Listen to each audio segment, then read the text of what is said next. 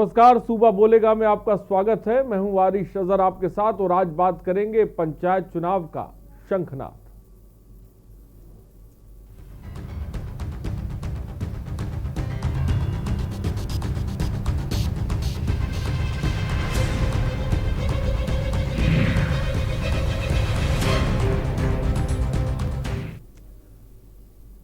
तो यूपी पंचायत चुनाव की तारीखों का ऐलान हो चुका है। 4 चरणों में मतदान कराए जाने की अधिसूचना भी जारी हो चुकी है। निर्वाचन विभाग ने प्रेस वार्ता के जरिए इसकी जानकारी दी है, जिसके बाद न केवल निर्वाचन विभाग बल्कि चुनाव लड़ने वाले प्रत्याशियों ने तैयारियां तेज कर दी हैं। पंचायत चुनाव को लेकर ये रिपोर्ट देखिए।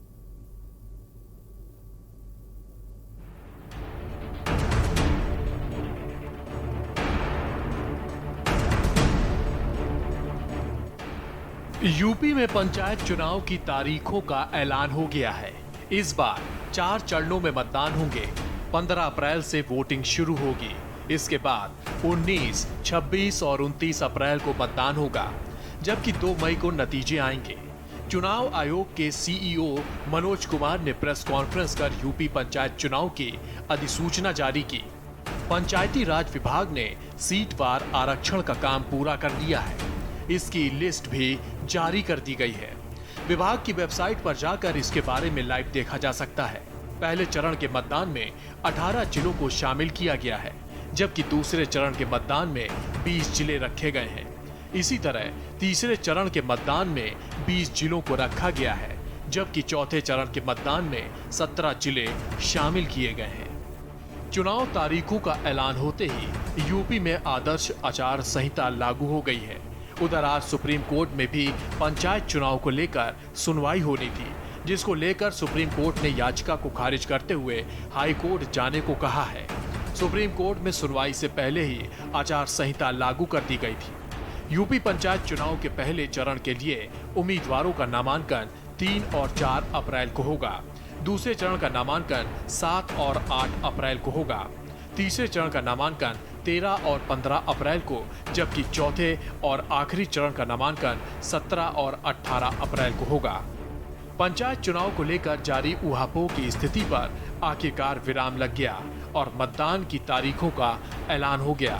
अब देखना यह है कि चुनाव में अपराधियों और शराब माफियाओं पर अंकुश लगाने में स्थानीय प्रशासन सफल हो पाता है या नहीं। स्पेशल डेस्क के न्यूज इंडिया। तो जी हाँ, यूपी में पंचायत चुनाव के लिए निर्वाचन आयोग ने तारीखों का ऐलान कर दिया है। जो तारीखें हैं वो 19, 26 और 29 अप्रैल हैं। निर्वाचन आयोग के सीईओ मनोज कुमार ने प्रेस वार्ता के माध्यम से ये तमाम जानकारियां दी।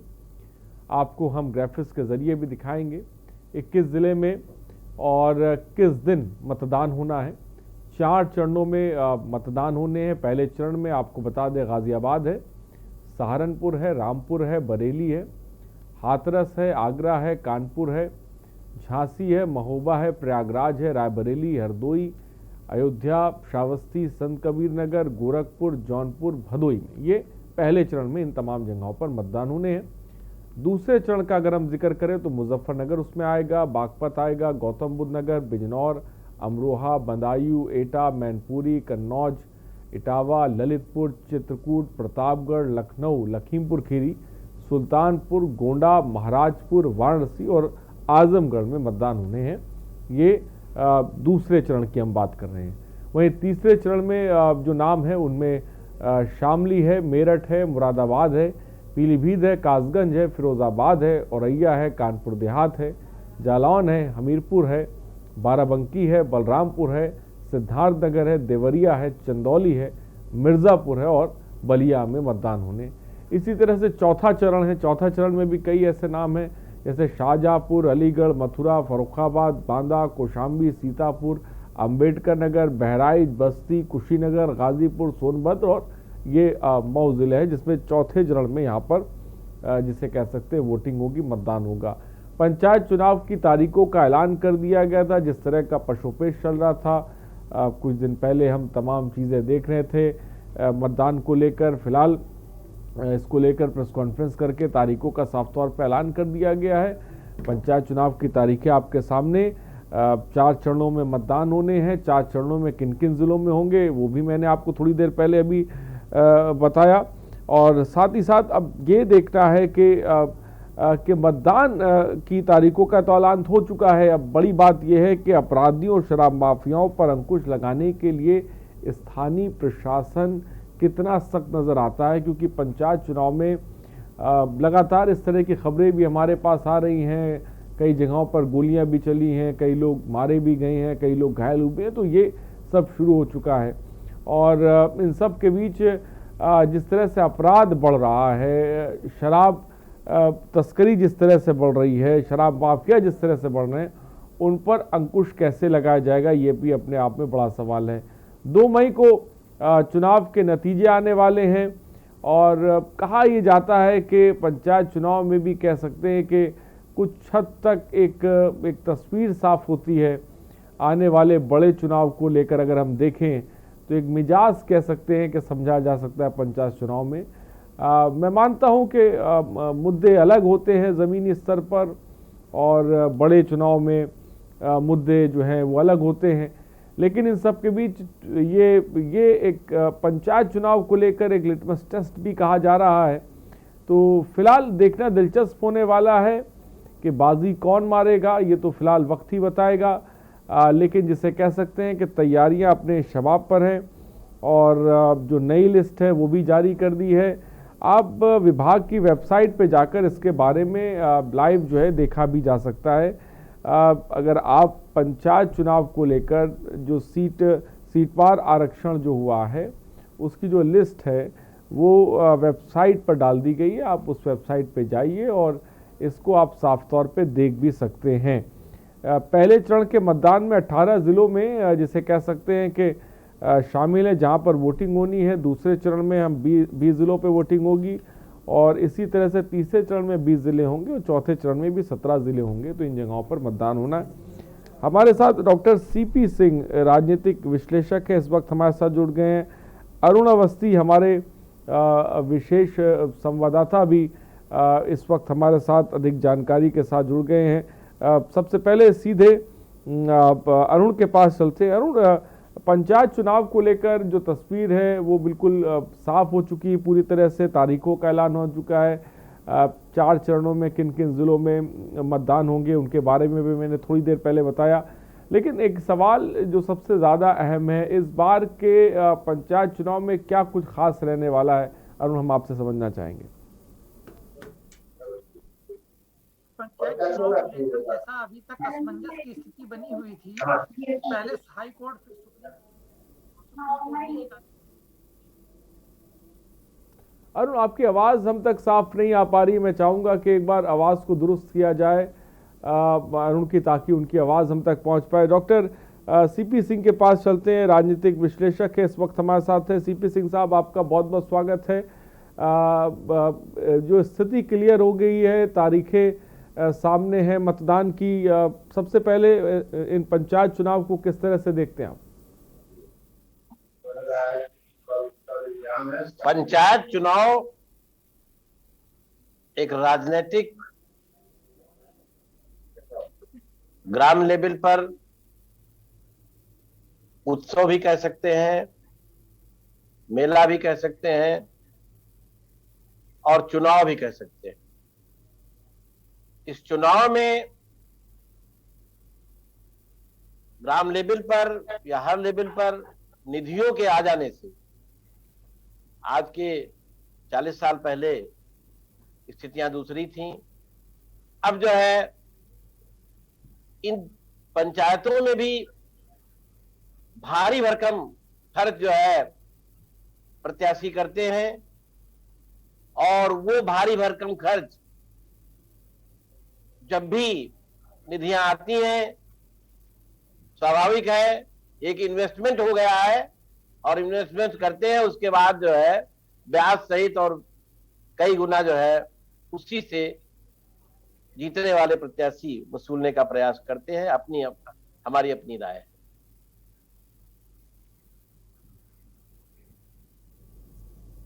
अब अरुण, क्या मेरी आवाज आप तक पहुंच रही है? तो शायद अरुण तक मेरी आवाज़ नहीं पहुंच पा रही, हम उनसे जुड़ने की कोशिश करेंगे। फिलहाल सीपी सिंह साहब, ये जो अब सीट पार आरक्षण का काम पूरा किया गया, जिसको वेबसाइट भी पे डाल दिया गया था, जिसको लेकर बहुत ज़्यादा इससे पहले हमने देखा कि उहापोह की स्थिति और बहुत उथल पुथल भी देखने को मिली, उसको लेकर क्या कहेंगे आप? देखिए, आरक्षण जो है नियमानुसार ही होता है, सरकार कोई भी हो। स्वाभाविक है कि हर चुनाव में यदि सामान्य रही होगी तो अनुसूचित को जाएगी, अनुसूचित से ओबीसी, इस तरीके से जो है कुछ न कुछ जो है हर जितनी बार जब चुनाव होंगे, चाहे लोकसभा का हो, लोकसभा में इतनी जल्दी नहीं बदलता है, लेकिन पंचायत चुनाव में बदलते रहते हैं। तो ये रिजर्वेशन तो हमको जो है ला ने दिया है, कानून ने दिया है, उस आधार पर जो है दिया जाता है, चाहे वो जिस कैटेगरी में हो, चाहे महिला को 33% का देना हो, चाहे 27 जो है ओबीसी को देना हो, 21 एससी को देना हो, तो वो परसेंट के हिसाब से जो है बदलेगा ही, समय समय पर जो है बदलेगा, जब जब भी चुनाव होंगे तो बदलाव होंगे। तो इसमें कोई बड़ी बात नहीं है। और मेरा ख्याल है थोड़ा यहाँ तक कि हमने देखा है कि वो महिला हो गई तो उसका जो है मैं आपके पास कुछ दर्शक इस बीच हमारे साथ जुड़ गए। राजीव प्रयागराज से इस बीच एक दर्शक है। राजीव जी, क्या कहना चाहते हैं आप? मैं लाल जी मिश्रा बोल रहा हूँ। लाल जी मिश्रा जी, लाल जी बोलिए।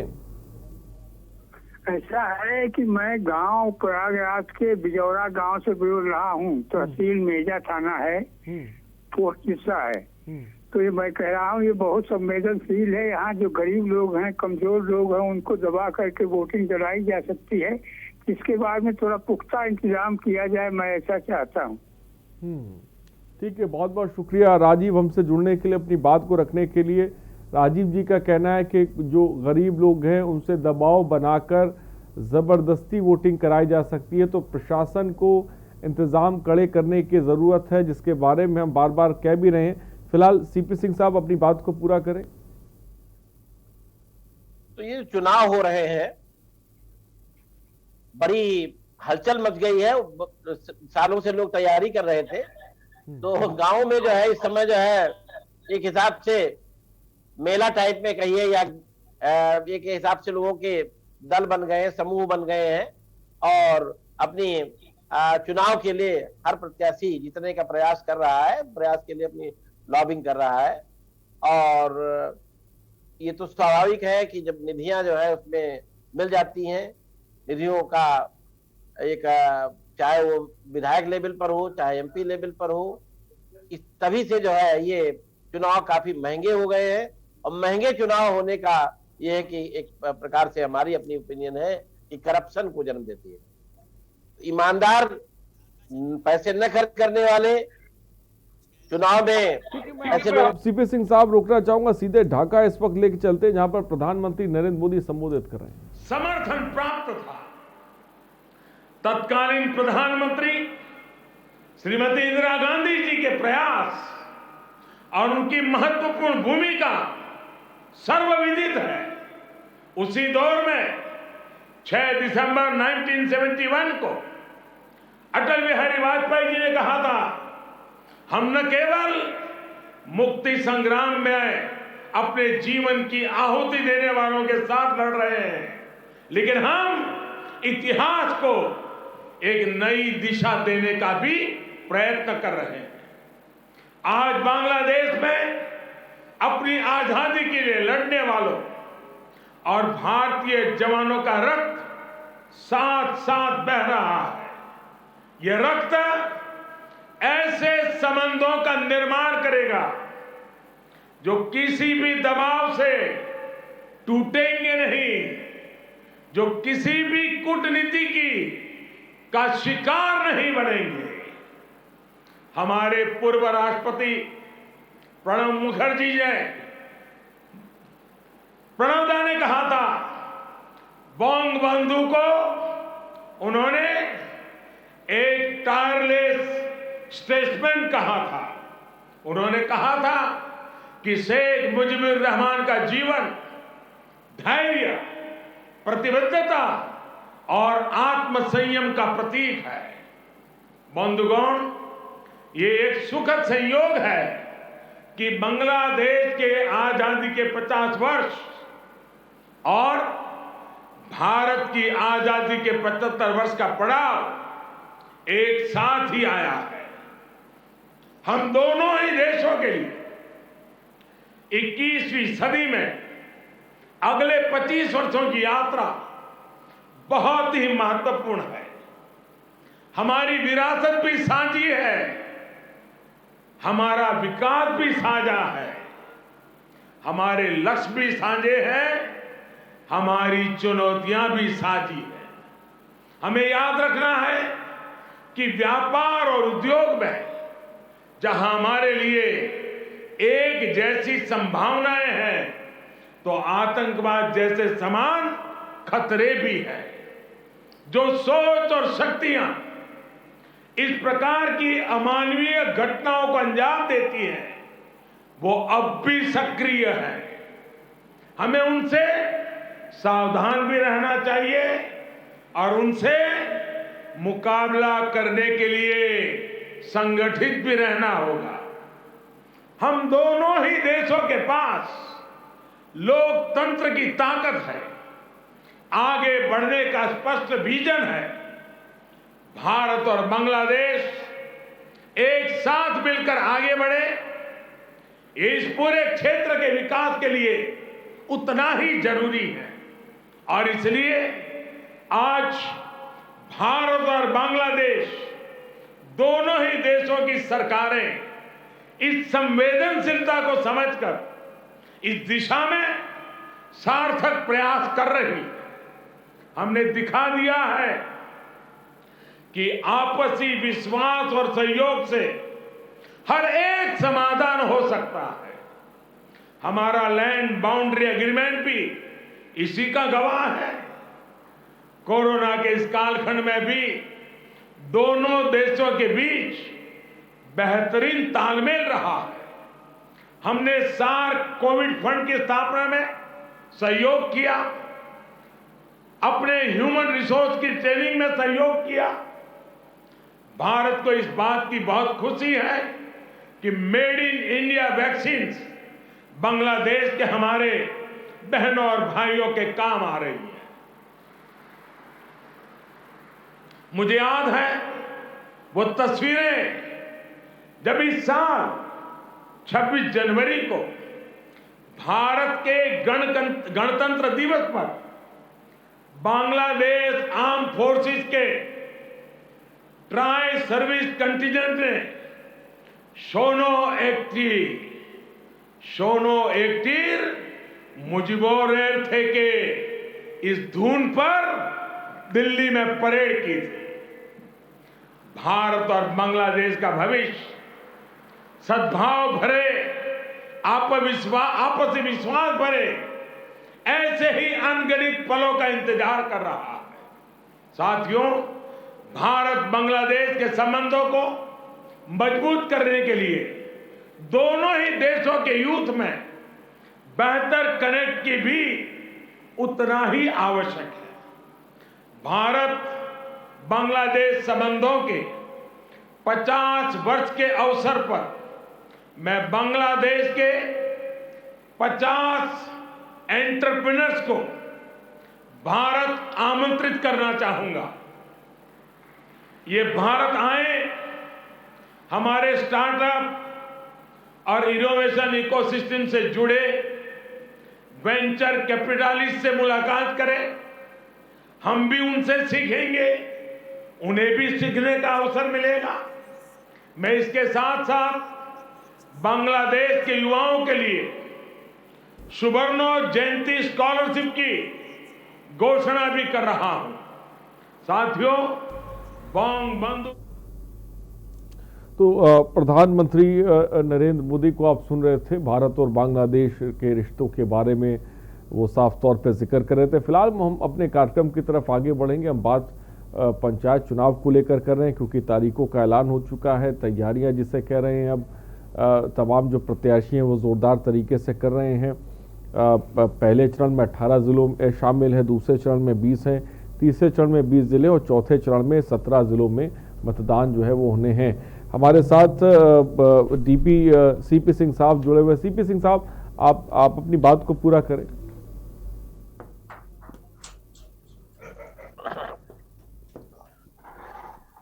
पंचायत चुनाव का बिगुल बज चुका है। गांव में हर जगह प्रत्याशी, उनके समर्थक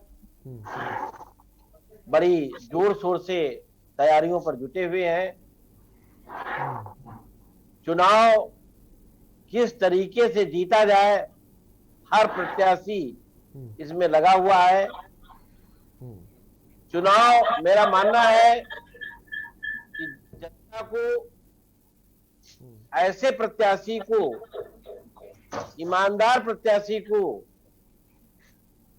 वोट देना चाहिए जो जीतने के बाद जितना फंड आता है उसका अधिकांश पार्ट जो है जन सामान्य के खर्चों में कर सके। ये बड़ी बात सीपी सिंह साहब आपने कही कि पंचायत चुनाव में भी अब बहुत ज्यादा पैसा खर्च होने लगे, बहुत खर्चेलू चुनाव जिसे कह सकते होने लगे। सीधे अरुण अवस्थी के बाद आपके पास क्या जानकारी पंचायत चुनाव की, जिसे कह सकते हैं तारीखों का ऐलान हो गया, प्रत्याशी जिसे कह सकते हैं जबरदस्त तरीके से तैयारी कर रहे हैं, लेकिन इस बीच हम ये देख रहे हैं कि पंचायत चुनाव में भी बड़े पैमाने पर पैसा खर्च किया जा रहा है। हम तमाम ऐसी खबरें देख रहे हैं जहां पर शराब की जबरदस्त तरीके से तस्करी हो रही है। शराब माफिया जिसे कह सकते हैं वो बहुत ज़्यादा शराब पहुंचाई जा रही है एक से दूसरी जगह। दूसरी तरफ हम ये देख रहे हैं कि अपराध भी बहुत बढ़ गया है। कई जगह हमने देखा जहां पर पंचायती चुनावी रंजिश को लेकर मौत के घाट भी उतार दिया जा रहा है। ये भी थोड़ा सा अपराध भी बढ़ रहा है। किस तरह से देखते हैं अरुण आप? बिल्कुल जैसा है, गांव की जो सरकार है इसके गठन की जो प्रक्रिया चल रही है, इसमें निश्चित रूप से अब समाज सेवी तो आने से रहे। जो लोग चुनाव मैदान में है, निश्चित रूप से किसी न कहीं उनका आपराधिक रिकॉर्ड भी है। ज्यादातर ऐसे लोग आ रहे हैं जो दबदबा रखते हैं गांव में, वही चुनाव मैदान में आ रहे हैं। और चुनाव में सबसे ज्यादा इस समय पैसा बोलने लगा है। जब से चुनाव में पैसे की बाहर आ गई है, पैसे से चुनाव जीता जाने लगा है, तब से ये स्थितियां ज्यादा दिखाई देने लगी हैं। निश्चित रूप से पुलिस सामने एक बहुत बड़ी चुनौती भी है चुनाव कराना। चुनाव के बाद में 1-2 साल तक जो इससे पनपती है, जो दुश्मनी पनपती है, उसको संभालना ये पुलिस सामने एक बड़ी चुनौती होती है। लेकिन वर्तमान की अगर बात करें तो जो 4 चरणों में चुनाव होने जा रहा है, जिसमें गाँव की सरकार बनेगी, प्रधान बनेंगे, जिला पंचायत सदस्य बनेंगे, क्षेत्र पंचायत सदस्य बनेंगे, और इनसे जो ये सरकार का गठन होगा, जिससे विकास की बात की जा रही है। इस विकास में जो पूर्व की अगर बात करें तो इसमें समाज सेवी आया करते थे, लेकिन आज की स्थिति ऐसी नहीं है। आज समाज सेवी बहुत कम मात्रा में दिखाई पड़ते हैं, बहुत कम ऐसे लोग हैं। आज लोग कमाने के लिए और बड़ी अपनी स्थिति सुधार करने के लिए। अरुण, आपके पास कुछ दर्शक है, मैं चाहूंगा कि उनको भी ले लेते हैं, उसके बाद मैं आता हूँ। प्रदीप जौनपुर से इस बीच एक दर्शक है। प्रदीप, क्या कहना चाहेंगे आप? अरे सर, मैं कहना चाह रहा हूँ कि अभी सुप्रीम कोर्ट की जो बात हुई थी, जब याचिका दाखिल हुई थी, तो चुनाव आयोग को कुछ समय देना चाहिए था। ये तो यही बात हो गई कि निर्णय भी नहीं आया और अपनी बात को कोई रख भी नहीं पाया, और बात कही जा रही कि आप हाई कोर्ट चले जाइए जो है। तो हम चाह रहे थे कि चुनाव आयोग को थोड़ा सा इंतजार भी करना चाहिए था। जो आपत्ति पड़ी हुई थी, कुछ बात ऐसी थी कि जिसे ना जनता जो है कि 1995 वाले जो देख रही थी उससे आप कुछ माध्यम से करना चाहिए था। ये बात नहीं हुई। लगता है जैसे कि वही कहावत आई है यहाँ पे कि जिसकी लाठी उसी की भैंस। तो यहाँ पे कुछ जनता जो है बहुत ज्यादा नाराज है, तो इसके लिए कुछ बात होनी चाहिए थी। किस तरह की नाराजगी है जी सर? किस तरह की नाराजगी है, आपको ये भी बता सकते हैं आप? नाराजगी है सर कि अभी जो है सुप्रीम कोर्ट का फैसला था, सुप्रीम कोर्ट की बात को नहीं सुना गया, और उससे पहले ही जो है कि चुनाव आयोग ने अपनी घोषणा कर दी जो है, इसलिए से नाराजगी है, क्योंकि सुनना चाहिए था। ठीक है, ये सवाल मैं लूंगा। बहुत बहुत शुक्रिया प्रदीप, हमसे जुड़ने के लिए, अपनी बात को रखने। चंद्र प्रकाश एक दर्शक इस बीच हमारे साथ हैं। चंद्र प्रकाश जी, अपनी बात को रखें। मैं ये कहना चाहता हूँ कि हम जो है 2014 में आकर के यहाँ कुरुक्षेत्र में बसे हैं। मूलतः मैं हेमू बक्काल जो वीर सेनानी थे स्वतंत्रता संग्राम के, उनके शहर रिवाड़ी से हूँ। मैं ये कहना चाहता हूँ खान भाई कि जब हम यहाँ आए तो 2014 में तो यहाँ सरपंच का चुनाव था और किस प्रकार से यहाँ दारू बट रही थी, किस प्रकार से यहाँ मिठाइयों के डब्बे दिए जाते थे रात को, किस प्रकार से सेवा भाव हुआ करती थी, वो हमने देखा, क्योंकि हमारा वोट तो था नहीं उस समय, अब बना है वोट। मैं ये कहना चाहता हूँ कि उस समय मैंने किसी के मुख से सुना कि सरपंच के 1 करोड़ रुपया खर्च हुआ है सरपंच के चुनाव में। अब खान भाई आप ये बताइए, जब 1 करोड़ रुपए वो खर्च करेगा तो वो मुंडेगा सिर किसका, आपका और मेरा सिर मुंडेगा जी। मेरा कहने का भाव ये है कि जो भी चीज वो बनाएगा गांव में उसमें उसका कमीशन होगा, और उसमें कमीशन वो अकेला खा नहीं सकता, वो वहाँ बीडीपी और डीपीओ। बड़ी बात चंद्र प्रकाश आपने की, और क्या यही बहुत बड़ी वजह है कि गांव का विकास नहीं हो पा रहा है, क्योंकि इतने महंगे ये चुनाव हो चले हैं, खासकर पंचायत चुनाव की बात करें। फिलहाल रुकते छोटे से ब्रेक के लिए, हम जल्द हाजिर होंगे।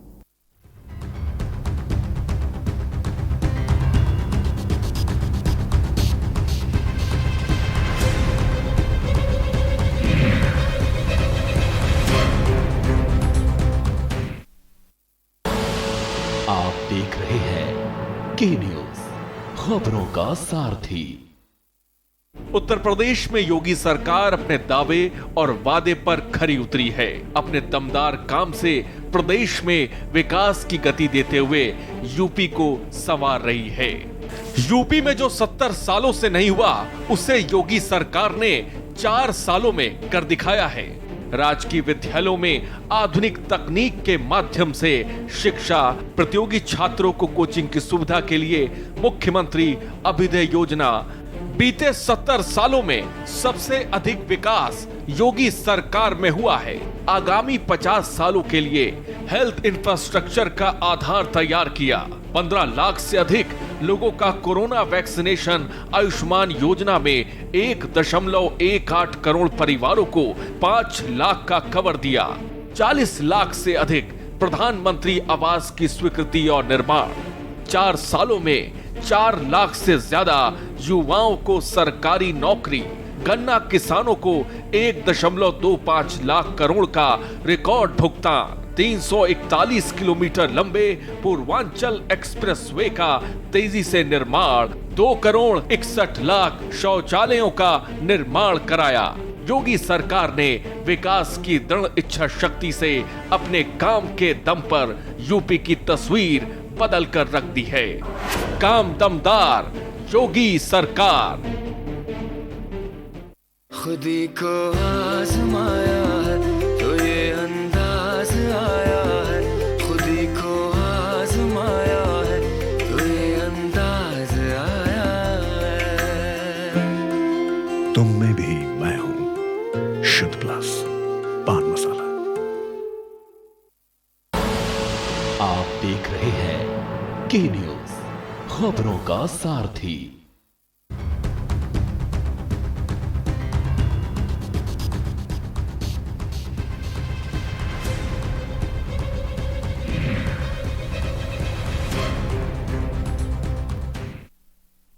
आपका स्वागत है। पंचायत चुनाव का शंखनाद बज चुका है, नंबर्स लगातार फ्लैश हो रहे हैं। पंचायत चुनाव को लेकर आप क्या सोचते हैं, अपनी बात को साफ तौर पे रख सकते हैं। कुछ दर्शक हैं जिन्होंने सवाल भी पूछे, मैं उनके सवाल भी कार्यक्रम में लूंगा। फिलहाल हमारे साथ अखिलेश सिंह, प्रधान संगठन के नेता हैं, वो भी हमारे साथ जुड़ गए हैं।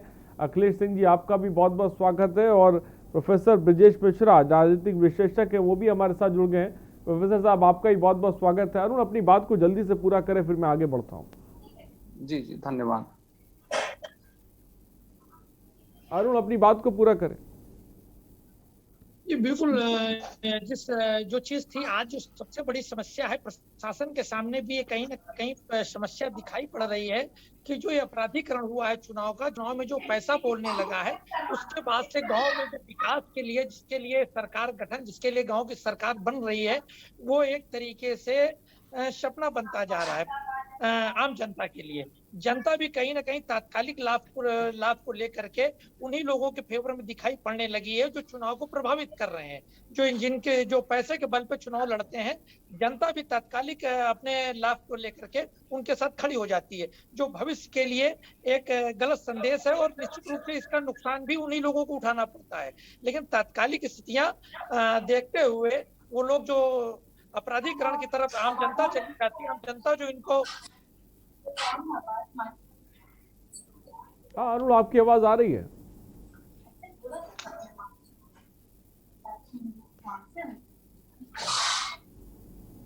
तो शायद अरुण तक हमारी आवाज नहीं पहुंच पा रही। फिलहाल हमारे साथ प्रोफेसर ब्रिजेश मिश्रा भी जुड़े। प्रोफेसर साहब, एक दर्शक हमारे साथ जुड़े हुए थे जिनका कहना था कि भाई सुप्रीम कोर्ट के फैसले का इंतजार करने की जरूरत थी, कुछ आपत्तियां थी जिसको कम से कम निस्तारित कर देना चाहिए था, लेकिन बहुत जल्दी फैसला ले लिया गया। इसको लेकर आप क्या कहेंगे? देखिए, किसी भी देश की एक संवैधानिक व्यवस्था होती है और उस व्यवस्था के अंतर्गत आप बहुत अधिक प्रतीक्षा नहीं कर सकते हैं। और जहां तक सुप्रीम कोर्ट के आदेश या उसके आदेश की प्रतीक्षा करने का प्रश्न है, एक राजनीतिक विश्लेषक और संविधान की जानकारी रखने के नाते मैं ये बताना चाहता हूं आपके दर्शकों को कि सरकार के 3 अंग हैं, उसमें सुप्रीम कोर्ट भी एक अंग मानी जाती है जिसको न्यायपालिका कहते हैं, आपकी कार्यपालिका और विधायिका। तो इन तीनों का ये संयुक्त दायित्व होता है कि समय से चुनाव हो और संवैधानिक व्यवस्थाएं सुचारू रूप से चलें। इसलिए सरकार इसके लिए कॉम्पिटेंट होती है कि वो चुनाव का निर्णय दे और इलेक्शन कमीशन और अन्य संस्थाएं जो होती हैं वो अपनी भूमिका निभाती हैं। और ये जो चुनाव होते हैं वास्तव में ये ग्रास रूट डेमोक्रेसी के लिए होते हैं। ये हमारे देश में जो हमारा मतदाता है वो अपने क्षेत्र के लिए चुनाव करता है, अपने लोकल मुद्दों को उठाता है। तो इसके बगैर जो है, जो हमारी त्रिस्तरीय पंचायती राज व्यवस्था है वो काम नहीं कर सकती है। इसलिए हाँ, जो हमारी त्रिस्तरीय पंचायती राज व्यवस्था है वो इसके बगैर काम नहीं कर सकती है।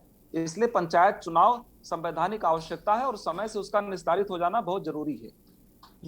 तो समय से उसका चुनाव का हो जाना ये बहुत जरूरी है, जिसके बारे में ब्रिजेश मिश्रा साफ तौर पे कह रहे हैं। हमारे साथ अखिलेश सिंह प्रधान संगठन के नेता हैं, वो भी इस वक्त हमारे साथ जुड़े हैं। अखिलेश जी, क्या मेरी आवाज आप तक पहुंच रही है? आपको मैं सुन पा रहा हूं, धन्यवाद, मैं सुन पा रहा हूं। अखिलेश जी, तारीखों का ऐलान हो चुका है, सबसे पहले क्या कहेंगे आप? बहुत बहुत बधाई उत्तर प्रदेश के लोगों को, क्योंकि ये पूरी दुनिया का सबसे बड़ा चुनाव है डेमोक्रेटिक सेटअप में। 7,25,000 के करीब जनप्रतिनिधि चुने जाते हैं इसमें। तो मैं उत्तर प्रदेश की आवाम को, ग्रामीणों को बधाई देना चाहूंगा कि अब उनके पास अच्छे नेता, अच्छे जनप्रतिनिधि चुनने का अवसर आ रहा है। और मैं आशा करूंगा, मैं अपील करूंगा लोगों से कि जब एथिकल वोटिंग होगी, जब सैद्धांतिक रूप से लोग वोट देंगे, लालच में आके वोट नहीं देंगे, तो फिर आपको एक अच्छी लीडरशिप मिलेगी। और जब जन्म ही नेता का बेईमानी से होगा, शराब से होगा, पैसे से होगा, तो फिर जनता के प्रति वो कैसे ईमानदार रहेगा। तो मैं बधाई भी देता हूं और मैं आह्वान करता हूं जनता का कि वो अच्छे प्रत्याशियों को चुने और जो क्षणिक प्रलोभन है उनसे दूर रहें। लेकिन अखिलेश, ये नहीं लगता कि पंचायत चुनाव की बात करें, जैसा कि हमारे साथ अरुण भी कह रहे हैं और सीपी सिंह साहब ने भी कहा कि पंचायत चुनाव अब बहुत महंगे हो चले हैं, इसके बारे में क्या कहेंगे? 3 चीजें साफ करना चाहूंगा। एक साथी भी कह रहे थे, वो कह रहे थे कि राजनीति में अच्छे लोग इसमें नहीं आ रहे हैं प्रजातंत्र में। मैं इससे इत्तेफाक नहीं करता हूं, बल्कि मैं तो ये कहूंगा कि अब छात्र राजनीति आपकी बंद हो रही है।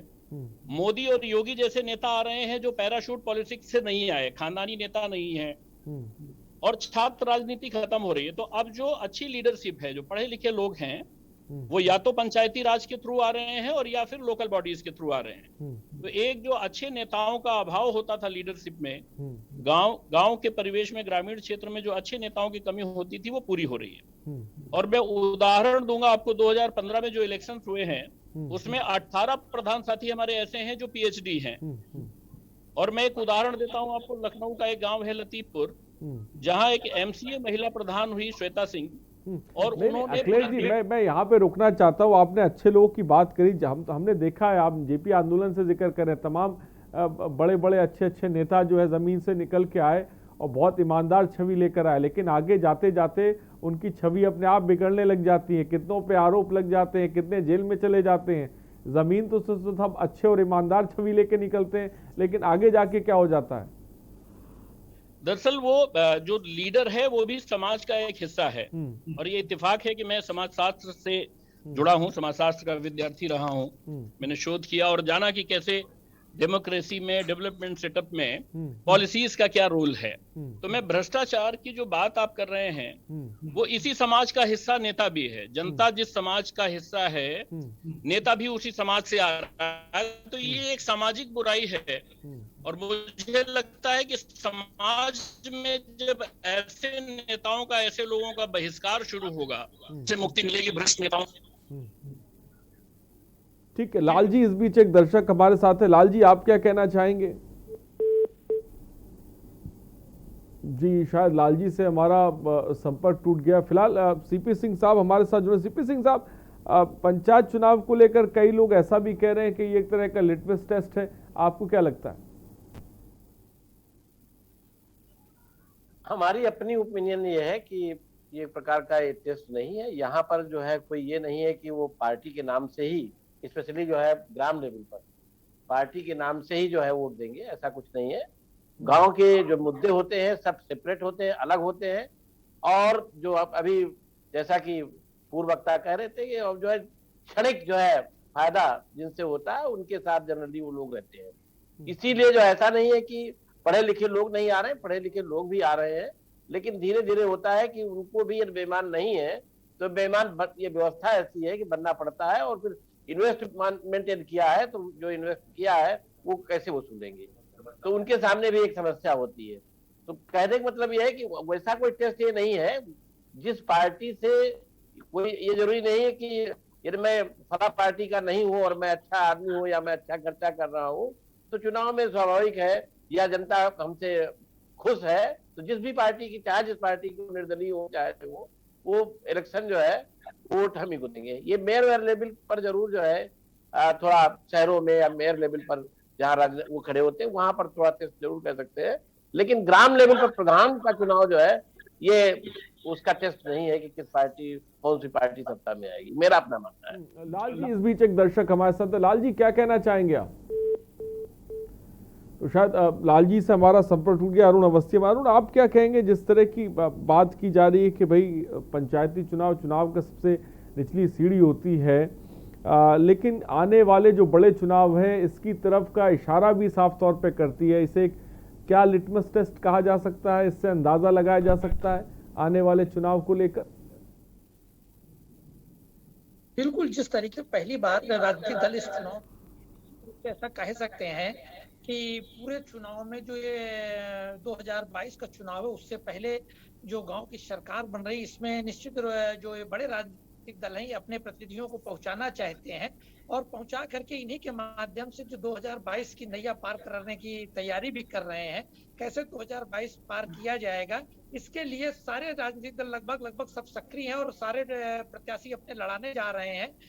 एक बात और अभी चल रही थी भ्रष्टाचार की बात, तो मैं एक चीज और कहूंगा कि जो भी ये प्रतिनिधि चुन के आते हैं, गांव के विकास के लिए जो प्रतिनिधि चुने जाते हैं, इनके साथ एक चीज और जुड़ी होती है कि ये सीधे भ्रष्टाचार नहीं भी करना चाहते हैं, लेकिन इनके भ्रष्टाचार में सहयोगी बन जाते हैं। जो अधिकारी होते हैं, जो गांव के अधिकारी होते हैं, वो इनको रास्ता दिखाते हैं और रास्ता दिखाने के बाद वो ही भ्रष्टाचार कराने के लिए इनको तैयार करते हैं और आगे लेके जाते हैं। हाँ, इस पूरे चुनाव में जो बाहुबल, धनबल और शराब बोलने लगी इन चुनाव में, इससे जो खर्च आ रहा है चुनाव को लेकर के, ये खर्च इन लोगों को एक तरीके से भ्रष्टाचार करने के लिए प्रेरित भी करता है, क्योंकि बड़ा पैसा लगा के लोग चुनाव जीतते हैं। चुनाव जीतने के बाद में फिर ये गांव के प्रतिनिधि चुने जाते हैं, तो अपना पैसा रिटर्न करने के लिए भी इस तरीके की कभी कहा जा सकता है कि इस तरीके के लोग भ्रष्टाचार के दलदल में चले जाते हैं।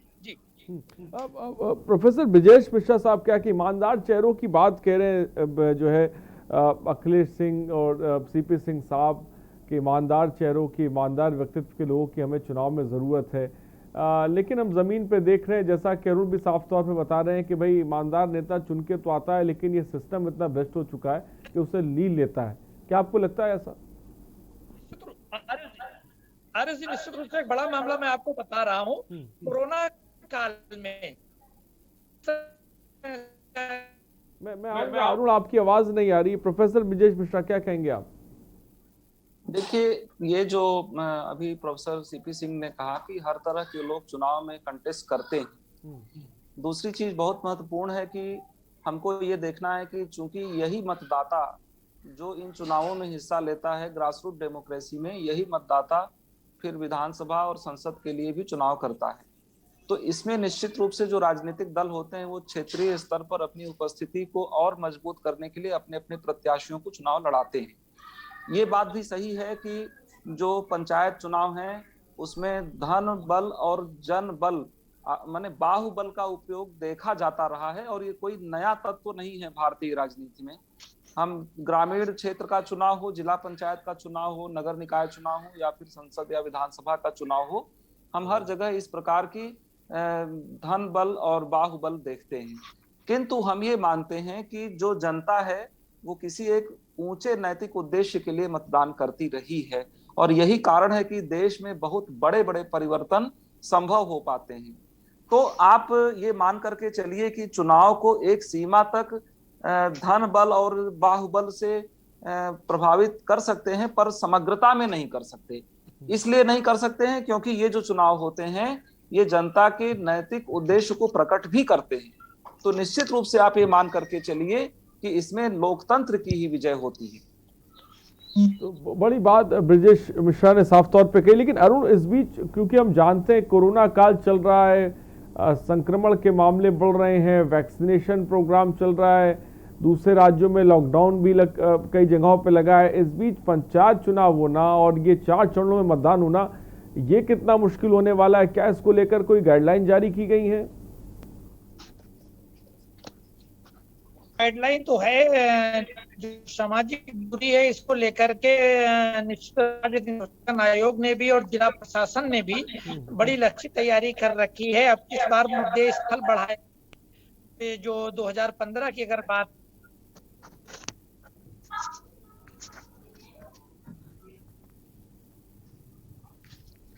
अरुण क्या मुझे सुन पा रहे हैं आप? देखते हाँ अरुण, आपकी आवाज आ रही है, बोलिए। राज्य निर्वाचन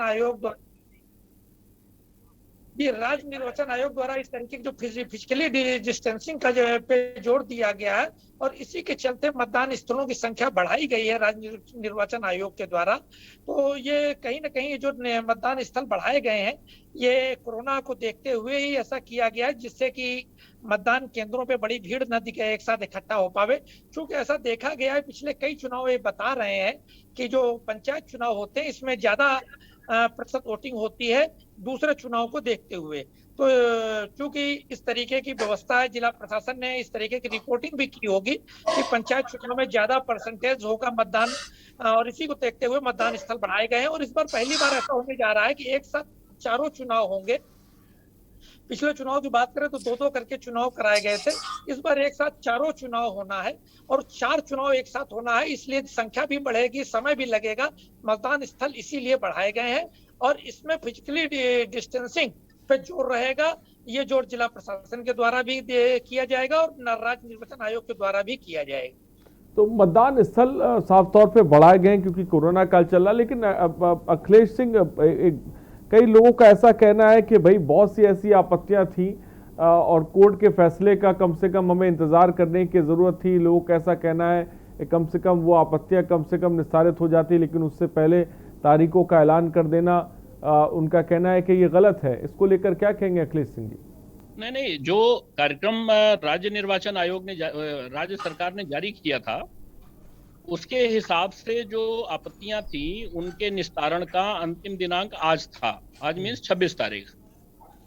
तो ये 25 तक करके इन्होंने कल रात में ही जो आरक्षण के उसके परिणाम आए संशोधन के या जो सुधार उसमें हुए जहां कहीं, तो वो करके उन्होंने अपना कर लिया टाइम से। तो ऐसा नहीं कि किसी चीज को इन्होंने अनिर्धारित छोड़ दिया है, कोई डिसीजन नहीं लिया है, जल्दीबाजी कर ली। और फिर वैसे भी आपके इलेक्शन पेंडिंग हैं, ऑलरेडी लेट हैं आपके चुनाव, 6 महीने करीब 4 महीने हम लोगों का बीतने को है। 26 दिसंबर को कार्यकाल पूरा हो चुका है। तो ऐसे में मुझे लगता है कि राज्य सरकार ने जो निर्णय लिया है, शासन ने जो निर्णय लिया है, वो जो वक्ती जरूरत है, जो समय की मांग है, उस हिसाब से ठीक किया है। और आपत्तियों के निस्तारण की जो व्यवस्था थी उसकी पूरा उसका शेड्यूल था और उसी निस्तारण कर लिया। तो मुझे लगता नहीं कि कहीं से कोई इस तरह की स्काई फॉलिंग जैसी कोई चीज सामने आई है या कोई ऐसा हैसल क्रिएट हुआ हो जिसकी वजह से ये सब कहा जा रहा हो। ठीक है शिवम, गोंडा से इस बीच एक दर्शक हैं, अपनी बात को रखें। गोंडा से एक दर्शक इस बीच हमारे साथ हैं, क्या कहना चाहते हैं आप? क्या मेरी आवाज आप तक पहुंच रही है? जी, अपनी बात को रखें, जल्दी से टीवी की तरफ ध्यान ना दें, जल्दी से अपनी बात को रखें।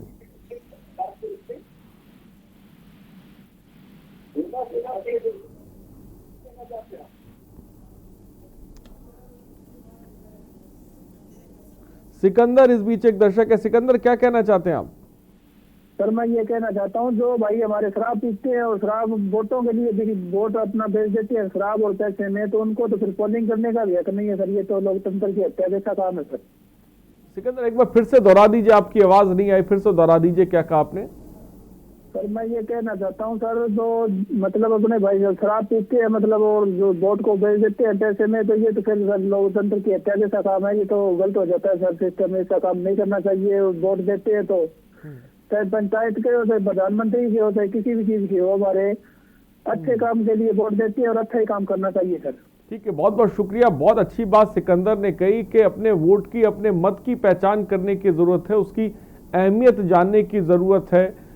उन लोगों को लेकर सिकंदर कह रहे थे जो शराब या पैसों के लालच में अपने मत को बेच देते हैं, वो लोकतंत्र की हत्या कर देते हैं। तो हमें अपने मत का सही इस्तेमाल करना चाहिए, जैसा कि ब्रिजेश मिश्रा कह रहे हैं, सीपी सिंह साहब कह रहे हैं, अरुण अवस्थी कह रहे हैं कि हमें एक ऐसा चेहरा चुन के समाज को देने की जरूरत है जिससे गांव का विकास हो सके, गांव की तस्वीर बदल सके। ये बहुत ज़्यादा जिसे कह सकते हैं कि ज़रूरी है।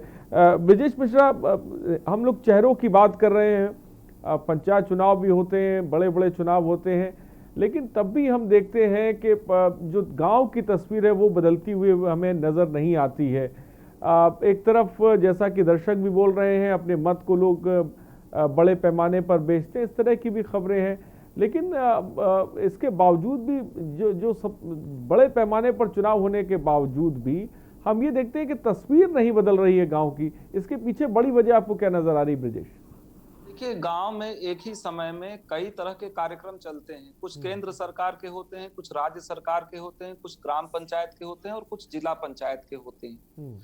तो होता क्या है कि जिसका जहां पे क्षेत्राधिकार है वो उसके अनुसार अपना अपना काम करते हैं। गांव में तो दो तीन चीजें बड़ी महत्वपूर्ण हैं जो मैं आपसे बताना चाहता हूं। एक तो लैक ऑफ अवेयरनेस है, लोगों को जानकारी नहीं होती कि धन कहां से आ रहा है और कौन खर्च कर रहा है, किस मद में खर्च कर रहा है, इसीलिए ज्यादातर घोटाले होते रहते हैं। दूसरी बात यह है कि जब 73rd अमेंडमेंट एक्ट आया पंचायत राज वाला, तो उसने ग्रामीण अर्थव्यवस्था को काफी धन प्रदान किया, लेकिन उस धन का सदुपयोग हम लोग नहीं कर पाए। किंतु हमारी जो ग्राम पंचायतें हैं ये बड़ी सशक्त होती हैं। इसी प्रकार से आपको बताऊं कि अब एक ही गांव है, वहां जिला पंचायत की भी सड़क है, ग्राम पंचायत की भी सड़क है, आपकी वहां पर पीडब्ल्यूडी की भी सड़क है, वहां पर केंद्र की भी स्कीमें चल रही हैं। बगल में हाईवे निकला हुआ है तो केंद्र का है, राज्य का हाईवे कहीं से निकला हुआ है तो वो है, उससे कनेक्ट करने वाली प्रधानमंत्री सड़क योजना है। ऐसे ही जो वहां पर प्राथमिक चिकित्सा केंद्र होते हैं, पेयजल की व्यवस्था होती है और संचार के उपकरण होते हैं, बिजली की उपलब्धता होती है। तो ये गांव में कई ऐसे सरकारों का और सभी जगह सभी सरकारों का इस प्रकार का एक क्षेत्राधिकार होता है। ग्राम में व्यवस्था में जब हम चुनाव की हम बात करते हैं तो सिर्फ ये देखा जाता है कि जो जिन प्रतिनिधियों को हम चुनते हैं उनका अवेयरनेस लेवल कैसा है, जनता के प्रति उनकी गंभीरता क्या है, और जो ग्राम पंचायत को धन उपलब्ध कराया जाता है केंद्र और राज्य सरकारों द्वारा, उस धन का सदुपयोग किस प्रकार वो कर सकते हैं। ये बहुत जरूरी होता है कि जो पंचायत हम चुने वो पंचायत सच्चे अर्थों में प्रातिनिधिक हो और ऐसे लोग चुने जिनका चाल और चरित्र परखा हुआ हो या समाज में वो प्रतिष्ठित लोग हों। अच्छा, चूंकि इसमें धन बोलबाला हो गया है, थोड़ा अपराध भी कहीं कहीं पर देखा जाता है, वहां पर कुछ माफिया भी इंटरफियर करते हैं, राजनीतिक दलों का भी बड़ा भारी हस्तक्षेप हो जाता है, तो चुनाव जो है अपने मूल स्वरूप से हट करके विकृत हो जाते हैं, तो लोकतंत्र के लिए चुनौती बन जाती है। फिर भी मैं ये मानता हूं कि अगर आप गांव में जाकर के देखेंगे तो जो मैंने कहा कई संस्थाओं की योजनाएं वहां पर चला करती हैं एक ही समय में, तो आप ये मान करके चलिए कि अगर मान लीजिए एक ग्राम पंचायत भी अगर अपने आप में ढीली है, तब भी वहां पर जो अन्य व्यवस्थाएं हैं वो लागू रहती हैं समानांतर तरीके से और वो अपना काम करती रहती हैं, जिसका गांव के जनता को लाभ मिलता रहता है। हाँ, ये जरूर है कि अगर हम ग्राम पंचायत को सशक्त करें, लोकल सेल्फ गवर्नमेंट को हम सशक्त करें, तो निश्चित रूप से हमारे लोकतंत्र का स्वरूप बदलता ही नहीं है, बल्कि हम सच्चे प्रातिनिधिक लोकतंत्र की ओर बढ़ते हैं। ये बड़ी बात है। सतपाल झांसी से इस बीच एक दर्शक है। सतपाल, क्या कहना चाहेंगे आप? मैं ये कहना चाहता हूँ कि पूर्व मतलब पहले जो 3 सेशन जी जो थे, मतलब मुख्य निर्वाचन आयोग के अध्यक्ष, उनके बनाए हुए नियमों की धज्जियां हो रही है। सभी पार्टियां खुल्ला अनाप शनाप पैसा खर्च कर रही है, जो कि नहीं होना चाहिए। सभी को संयम बरतना चाहिए, सभी को वोटर पे भरोसा रखना चाहिए और निष्पक्ष चुनाव होना चाहिए। इसमें बैर भाव का कोई गुंजाइश नहीं होना चाहिए। ठीक है, बहुत बहुत शुक्रिया सतपाल, हमसे जुड़ने के लिए, अपनी बात को रखने के लिए। शिव कुमार गोंडा से इस बीच है। शिव कुमार जी, क्या कहना चाहते हैं आप? हाँ सर, हमें ये बताएं, माननीय उच्चतम न्यायालय में जो आज सुनवाई होनी थी 1995 और 2015 को लेके, तो उसमें क्या निर्णय हुआ अभी? ठीक है शिव कुमार जी, बहुत बहुत शुक्रिया हमसे जुड़ने के लिए, अपनी बात को रखने के लिए। और सतपाल झांसी से इस बीच एक दर्शक हमारे साथ हैं। सतपाल, अपनी बात को रखें। और फिलहाल हमारे साथ शायद उनका संपर्क टूट गया। फिलहाल नंबर्स लगातार फ्लैश हो रहे हैं। अरुण, जिस तरह से हम पंचायत चुनाव की एक तस्वीर देख रहे हैं, जो दर्शक भी फोन कर रहे हैं, निष्पक्ष चुनाव की बात कर रहे हैं, ऐसा नहीं लगता कि प्रशासन पर एक बहुत बड़ी जिम्मेदारी है? क्योंकि जिस तरह से बाहुबल और धन बल का इस्तेमाल और शराब का इस्तेमाल इस पंचायत चुनाव में किया जा रहा है, जिस तरह की खबरें हम पढ़ रहे हैं, एक बहुत बड़ी चुनौती है निष्पक्ष चुनाव कराने की प्रशासन की और आयोग की। बिल्कुल, निष्पक्ष चुनाव कराना एक बड़ी चुनौती प्रशासन के सामने है, इसमें कोई दो राय नहीं। प्रशासनिक व्यवस्था जो पिछले 15 दिनों से केवल पंचायत चुनाव को लेकर के बैठकों के द्वारा विशेष मंथन कर रही थी कि कैसे निष्पक्ष चुनाव कराया जाए, मुझे ऐसा लग रहा है कि अगर ये प्रक्रिया निरंतर चले तो ज्यादा अच्छा था। जैसे इधर देखने को आ रहा, लगभग हर जिले से ऐसी सूचना है कि रोज कहीं ना कहीं बड़ी मात्रा में शराब पकड़ी जा रही है, अवैध शराब पकड़ी जा रही है। प्रशासन अगर ये व्यवस्था हमेशा चलाता रहे, निरंतर चलाता रहे और ये गलत काम ना हो, तो निष्पक्ष चुनाव कराया जा सकता था। अब ये इस दौर में जब चुनाव की प्रक्रिया चालू है, तारीखों का ऐलान हो चुका है, क्रिटिकल और सुपर क्रिटिकल मतदान केंद्र बनाए जा चुके हैं, तो प्रशासन जो है वो सिर्फ कहीं ना कहीं एक तरीके से इसमें आगे बढ़ने का प्रयास करेगा, लेकिन निष्पक्ष चुनाव 100% निष्पक्ष चुनाव होगा, इसकी कम संभावनाएं हैं। इसके पीछे धनबल, जनबल, अपराधीकरण, सब चीजें इसमें मायने रखती हैं। क्योंकि जो लोग सत्ता दल से जुड़े हुए हैं वो भी चुनाव मैदान में है, जो विपक्ष से जुड़े हुए हैं वो भी चुनाव मैदान में है। सबकी अपनी अपनी हैसियत है, गांव में सबके अपने अपने सहयोगी हैं, और उनको लेकर के अगर ये कह दिया जाए कि छोटे से, क्योंकि पुलिस की संख्या भी कम है, एक थाने में 40-40, 50-50, 100 गांव तक होते हैं एक थानेदार के उसमें, तो 100 गांव का चुनाव सकुशल, निष्पक्ष और अच्छे तरीके से संपन्न हो जाएगा, इसकी कम संभावनाएं हैं। हाँ, प्रशासन जो तैयारियां कर रहा है वो अच्छी तैयारियां हैं। उसने केंद्र घोषित कर रखे हैं और उन मतदान केंद्रों पर अपने स्तर से अपने जो उनके जो एक कह सकते हैं कि सूचना प्रदाता, उनके माध्यम से वो गांव की सूचनाएं कलेक्ट करा रहा है और उन सूचनाओं के आधार पर ही गांव की तैयारियां कर रहा है, कैसे उस गांव में निष्पक्ष चुनाव कराया जा सके। एक चीज और, जिस तरीके से इस बार देखने में आ रहा है, जिला प्रशासन हर बैठक में ये बात कहता है कि जहां से एक भी अपराधी, जिस गांव से एक भी अपराधी अगर चुनाव मैदान में होगा तो उसको संवेदनशील मतदान केंद्र घोषित किया जाएगा। अगर वहां से कोई अपराधी जिसके खिलाफ कोई मुकदमा कभी न कभी पंजीकृत हुआ है तो मतदान केंद्र संवेदनशील रहेगा, और संवेदनशील होने के बाद में वहां पे प्रशासनिक व्यवस्थाएं बढ़ेंगी। तो ऐसा कहा जा सकता है कि इस बार प्रशासन की तैयारियां अच्छी हैं और प्रशासन कुछ अच्छा करने वाला है। जी अखिलेश, क्या कहेंगे? प्रशासन को इस वक्त दो चीजों से निपटना है, एक तरफ तो कोरोना काल चल रहा है, दूसरी तरफ ये अपराधी और जो हम धन बल बाहुबल की बात कर रहे हैं उससे भी निपटना है। उन सबके बीच पंचायत चुनाव को बेहतर तरीके से, निष्पक्ष तरीके से करा पाना कितना मुश्किल अखिलेश आपको लग रहा है? नहीं, अभी जो राज्य सरकार ने इस बार निर्णय लिया है वो ये है कि एक जिले में एक साथ एक चरण में चुनाव कराएं। इसका मुझे लगता है कि दुष्परिणाम सामने आएगा, क्योंकि एक जिले में इतनी फोर्सेस, इतना स्टाफ नहीं होता है कि वो चीजों को मैनेज कर पाएगा। एक चीज। दूसरी चीज, कोविड प्रोटोकॉल अभी जारी हुआ है, राज्य निर्वाचन आयोग ने परसों जारी किया है, और डिस्ट्रिक्ट लेवल, ब्लॉक लेवल पे एजेंसीज को बनाने के लिए, ऑफिसर्स को तैनात करने के लिए कहा है।